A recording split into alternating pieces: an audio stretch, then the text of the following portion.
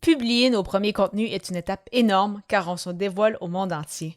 Cependant, comment faire pour garder cette flamme créative et continuer de publier régulièrement de manière constante? C'est ce que nous allons explorer ensemble aujourd'hui. Les médias sociaux en affaires est ton rendez-vous hebdomadaire pour en connaître davantage sur les différents réseaux sociaux et les plateformes de création de contenu dans un contexte d'affaires. Chaque semaine, je répondrai à une question thématique qui te permettra d'appliquer concrètement ces conseils pour ton entreprise. Si tu reconnais l'importance et la puissance des réseaux sociaux ainsi que de la création de contenu pour ton entreprise et que tu souhaites en apprendre davantage sur cet univers, tu es au bon endroit. Je suis Amélie Delebel, travailleuse autonome dans le domaine des communications et marketing depuis février 2020. Je travaille avec les réseaux sociaux et dans la création de contenu depuis 2014. Les médias sociaux en affaires est mon deuxième podcast après Athlète Entrepreneur, lancé en janvier 2019. Bienvenue sur mon podcast.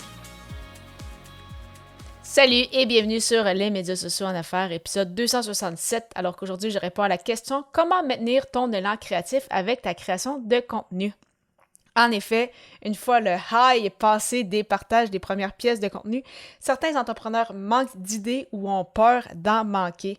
Alors, comment maintenir justement ton élan créatif avec ta création de contenu? Le premier point super important, c'est de penser à long terme, donc d'avoir une stratégie globale qui mise bien évidemment sur le long terme, donc de ne pas y aller au jour le jour ou semaine à la semaine, mais vraiment voir sur le long terme. Et pour t'aider vraiment, je te suggère fortement le fameux calendrier de contenu. Et calendrier de contenu n'est pas utile que pour les réseaux sociaux, mais c'est vraiment pour toutes tes autres pièces de contenu aussi, que ce soit tes infolettes, tes articles de blog, tes épisodes de podcast, etc. Donc, non seulement savoir de quoi tu vas parler, pourquoi tu vas en parler, quels vont être justement tes appels à l'action, donc où est-ce que tu veux amener les gens, et justement faire des liens à travers tout ton contenu. Et vraiment, il n'y a rien comme justement planifier tout cela à l'avance pour t'assurer justement de garder la cadence et bien évidemment de créer du contenu avec des intentions derrière et non pas juste créer du contenu pour créer du contenu. Deuxième point, pour maintenir ton élan créatif, c'est important de se garder inspiré. Donc pour ça, suis des créateurs de contenu qui te motivent, que ce soit sur les réseaux sociaux, justement sur YouTube, via un podcast ou autre. Lis des articles de blog, vraiment fais et écoute qu'est-ce que tu as envie de faire pour justement garder cette inspiration-là. Et vraiment, c'est peut-être un peu plus difficile au départ, mais c'est vraiment important de regarder ton environnement parce que à force de voir qu'est-ce qui se passe autour de toi, tu te rends compte qu'il y a beaucoup de choses qui se passent autour, que ce soit lors de tes rencontres avec tes clients, des discussions avec des collègues, une situation qui t'est arrivée ou autre. Il y a beaucoup de choses que tu peux ramener justement à qu'est-ce que tu vends comme produit ou service. Et bien évidemment, ce sont des réflexes qui se développent avec le temps, mais à force justement de t'inspirer de ton environnement, tu vas voir que tu vas avoir de plus en plus d'idées et même que parfois, tu vas peut-être te dire que tu en as trop. Donc, si jamais tu as cet heureux problème-là, tant mieux. Un troisième point pour t'aider à rester inspiré, c'est vraiment de demander des retours sur tes pièces de contenu parce que oui, les commentaires positifs, ça aide à booster ta motivation, mais les critiques constructives aident aussi à s'améliorer.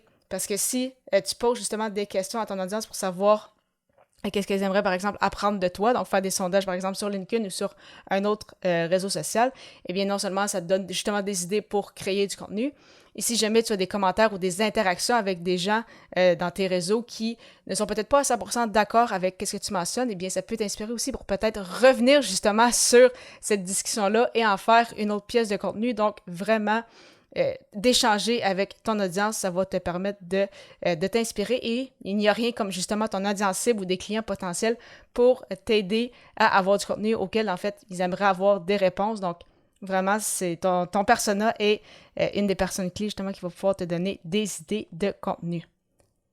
Quatrième point, c'est important que tu établisses une routine qui stimule ta créativité. Donc peut-être que pour toi, ça va être de la méditation, peut-être que ça va être de la lecture, peut-être que ça va être ta promenade quotidienne, ta course à pied, aller au gym, que ce soit le matin ou le soir.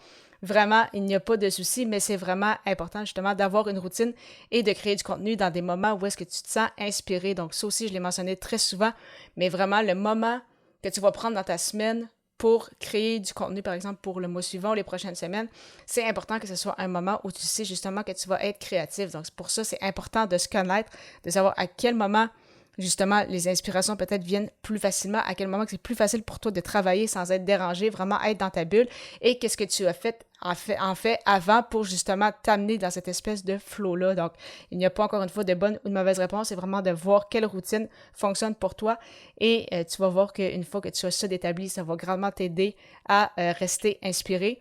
De mon côté, ça peut varier, donc des fois l'inspiration vient sans nécessairement qu'il y ait de raisons précises, mais souvent justement après un entraînement, c'est là où ça stimule un peu, ça bouge un peu plus dans mon cerveau. Donc ça va souvent être justement le matin ou le soir peut-être après une marche. Donc de mon côté, c'est ce qui fonctionne. Finalement, 5e point pour stimuler ta créativité, essaye d'expérimenter en fait avec différents formats, avec différents sujets pour garder justement les choses intéressantes, donc sortir un peu de ta zone de confort, voir qu'est-ce que tu aimes, voir qu'est-ce que tu aimes un peu moins, et justement à créer du contenu de différentes façons, en abordant différents angles, mais ça permet aussi de voir la réaction du public, qu'est-ce que les gens aiment, qu'est-ce que les gens apprécient, qu'est-ce que les gens peut-être apprécient un peu moins, et toi aussi, ça va te permettre de constater, peut-être, au début, j'étais gênée, mais finalement, la vidéo, je réalise que j'aime ça, puis ça fonctionne bien pour moi, ou, j'ai décidé justement de faire des articles un peu plus longs, donc au lieu de faire des publications, je fais des articles de blog, ça fonctionne bien, j'ai décidé de débuter une infolette. Les gens qui me lisent, ils me lisent pratiquement l'infolette au complet à plus de 80%. Donc, vraiment, c'est ça. C'est de tester et voir qu'est-ce qui fonctionne pour toi. Et au final du contenu, si tu veux rester inspiré, il faut que tu aies du plaisir à le faire aussi. Donc, vraiment, fais-toi plaisir avec des sujets que tu sais qui peuvent aider ton audience, mais dont tu aimes discuter. Et bien évidemment, choisis le plus possible des formats que tu aimes aussi. Donc, ça va t'aider à maintenir justement cet élan créatif-là. Tu souhaites avoir une liste d'éléments clés importants à ne pas oublier avec ta création de contenu? Ça tombe bien, j'en ai une pour toi. Pour la télécharger gratuitement, simplement te rendre au ameliedelebel.com/liste et au plaisir de te retrouver lors de l'épisode 268 alors que je répondrai à la question « Comment comprendre ton audience grâce à ta création de contenu? » À bientôt!